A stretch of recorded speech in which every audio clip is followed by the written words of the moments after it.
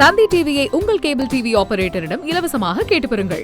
பள்ளி கல்லூரிகளில் சீனியர் மாணவர்கள் ஜூனியர் மாணவர்களை ராகிங் செய்வதையும் கும்பலாக சேர்ந்து கலாய்ப்பதையும் எக்கச்சக்கமான சினிமாக்களில் பார்த்திருப்போம்.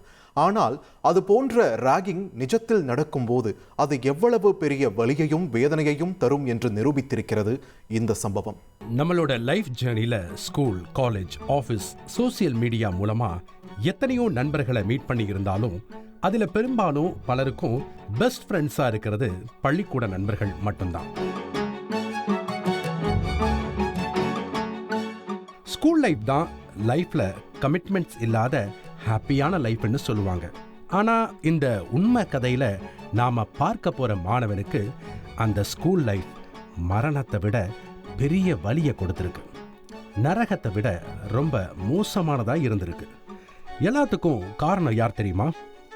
அரசோட பாடத்திட்டமோ இல்ல ஆசிரியர்களோ இல்லைங்க, உடன் படிச்ச நண்பர்கள் தான். ஜாலிக்காகவும் மனசுல வன்மத்தோடையும் செஞ்ச ராகிங் இப்ப இந்த மாணவனோட உயிரையே பறிச்சிருக்கு.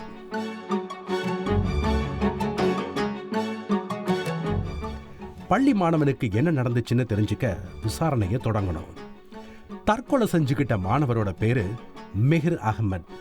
வெறும் 15 வயசுலேயே இந்த உலகம் தான் வாழ்றதுக்கு தகுதியான இடமில்லைன்னு நினைச்சிருக்கிறாரு. இல்ல, அவர் அப்படி நினைக்க வச்சிருக்காங்க.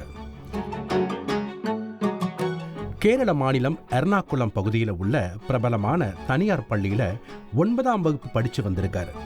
சம்பவம் நடந்த சென்ற ஜனவரி 15ஆம் தேதி மதியம் 2:45 மணிக்கு ஸ்கூல் முடிஞ்சு தன்னோட அடுக்குமாடி குடியிருப்புக்கு கிளம்பி இருக்காரு மிஹிர். பெற்றோருக்கிட்ட பெருசா எதையும் ஷேர் பண்ணிக்காம வழக்கம் போல அமைதியா இருந்த மிஹிர் 4 மணி அளவுல அவரோட அபார்ட்மெண்ட்ல இருக்கிற 26வது மாடியில இருந்து குதிச்சு உயிரை விட்டிருக்கிறாரு. மிஹிர் தவறி விழுந்து உயிரிழந்தாரா இல்ல வேற ஏதாச்சும் காரணமானு அவங்களோட பேரண்ட்ஸ்க்கு ஒண்ணுமே புரியல. அதிர்ச்சியில உடைஞ்சு போனவங்க மகன் இறந்து சில நாட்களுக்கு பிறகு அவரோட தற்கொலை முடிவுக்கு என்ன காரணம்னு ஸ்கூல் மேனேஜ்மெண்ட்ல விசாரிச்சிருக்காங்க. ஆனா பள்ளி நிர்வாகத்திடமிருந்து எந்த ஒரு சரியான பதிலும் கிடைக்கல. ஆனா அவங்க எதையோ மறைக்கிறாங்கன்னு மட்டும் மிஹிரோட அம்மா ராஜ்மாக்கு தோன்றி இருக்கு.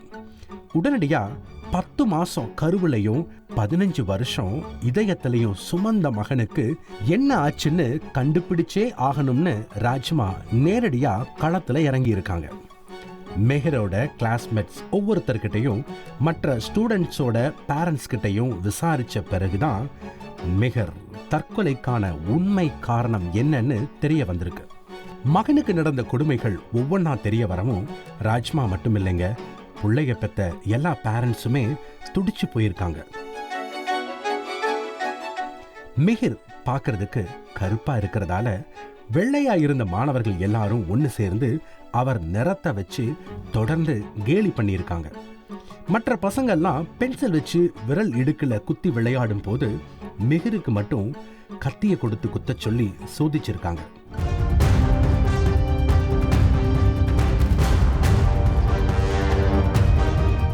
இப்படி தொடர்ந்து ராகிங் கொடுமைகளை அனுபவிச்சு வந்த நிலையில தான் சம்பவம் நடந்த அன்னைக்கு ரொம்பவே எல்லை மீறி எக்ஸ்ட்ரீமா போயிருக்காங்க. மிஹிர வலுக்கட்டாயமா டாய்லெட்டுக்குள்ள அழைச்சிட்டு போன சக மாணவர்கள் அங்க அவரை முட்டி போட சொல்லி டாய்லெட் சீட்ல முத்தம் கொடுக்குமாறு அடிச்சிருக்காங்க. அதுக்கு மிஹிர் சம்மதிக்க மறுக்கவே அவரோட முகத்தை வெஸ்டர்ன் டாய்லெட் சீட்டுக்குள்ள திணிச்சு டேங்க்ல இருந்த ஃப்ளஷ் பட்டனை அழுத்தி இருக்காங்க. இந்த கொடூரத்தை சக மாணவர்கள் வீடியோவா ரெக்கார்ட் பண்ணி வச்சிருக்கிறதாவும் சொல்லப்படுது. இதையடுத்து மிஹிருக்கு பாப்பி ஹெட்னு பட்டப்பெயர் வச்சு அதை ஸ்கூல் முழுக்க ஸ்ப்ரெட் பண்ணியிருக்காங்க. இதனால கடும் மன உளைச்சலுக்கு ஆளான மிஹிர் சம்பவம் நடந்த அன்னைக்கே அவர் வசிச்ச அடுக்குமாடி குடியிருப்போட 26வது மாடியில இருந்து கீழே குதிச்சு தற்கொலை செஞ்சிட்டாருன்னு விசாரணையில தெரிய வந்திருக்கு. நடந்த சம்பவத்தை எல்லாம் கேள்விப்பட்டு மனவேதனையில துடிச்ச ராஜ்மாவோட இதயத்தை மேலும் சுக்கு நூறா உடைச்சு போட்டது மாணவர்களோட சில வாட்ஸ்அப் சாட்டிங்ஸ். அதுல மிஹிர் உயிரிழந்த செய்தியை கூட தவறு செஞ்ச மாணவர்கள் ரொம்பவே கேலி கிண்டலா பகிர்ந்திருந்ததும் செலிப்ரேட் பண்ணி இருந்ததும் ராஜ்மாவை அதிர்ச்சி அடைய வச்சிருக்கு. இதையடுத்து முறைப்படி போலீஸ்ல புகார் அளிச்ச மிஹிரோட தாய் ராஜ்மா மேற்கொண்டு கேரள முதல்வர் பினராயி விஜயன், ஸ்டேட் டிஜிபி மற்றும் சைல்ட் கமிஷன் உள்ளிட்ட பலருக்கும் நடவடிக்கை எடுக்க வலியுறுத்தி ஆதாரங்களோட பெட்டிஷன் கொடுத்திருக்காங்க. அவரோட கடிதத்துல சட்டத்தின் மீது தனக்கு நம்பிக்கை இருக்கிறதாவும், தன்னோட மகனுக்காக மட்டும் நடவடிக்கை எடுக்காம ஒட்டுமொத்த பள்ளி மாணவர்களுக்காகவும் நடவடிக்கை எடுக்க வலியுறுத்துவதா குறிப்பிட்டிருக்காங்க. பள்ளிகள் மாணவர்களுக்கு பாதுகாப்பான இடம் என்றதை சட்டம் உறுதி செய்யும்னு வேண்டுகோள் விடுத்திருக்காங்க. ஆரம்பத்திலேயே மிஹிரோட தற்கொலையை பள்ளி நிர்வாகம் மூடி மறைக்க முயன்றது சமூக வலைதளத்துல கடும் கண்டனத்திற்குள்ளாகி இருக்கு. பெங்களூரை சேர்ந்த பிரபல தொழிலதிபர் முஸ்தபா, மிஹிர் சிறு வயதுல என் வீட்டில் வளர்ந்த பையனும் என் மகன் கூட ஒன்னா விளையாடி சந்தோஷமா வாழ்ந்தவன்னு பழைய நினைவுகளோட உருக்கமா போஸ்ட் போட்டிருக்கார். மிஹிர் எனக்கு இன்னொரு மகன் மாதிரி, அதனால அவரோட மரணத்துக்கு நீதி கிடைக்கணும்னு வலியுறுத்தி ஜஸ்டிஸ் ஃபார் மிஹிர்னு ஹேஷ்டேக் போட்டிருக்கார். இந்த விவகாரம் தற்போது தேசிய அளவிலையும் பெரும் அதிர்வலைகளை ஏற்படுத்தி இருக்கு. காங்கிரஸ் கட்சி தலைவர்களான ராகுல் காந்தி, பிரியங்கா காந்தி மற்றும் நடிகை சமந்தா உள்ளிட்ட பலரும் மிஹிருக்கு நீதி கிடைக்கணும்னு வலியுறுத்தி போஸ்ட் போட்டிருக்காங்க.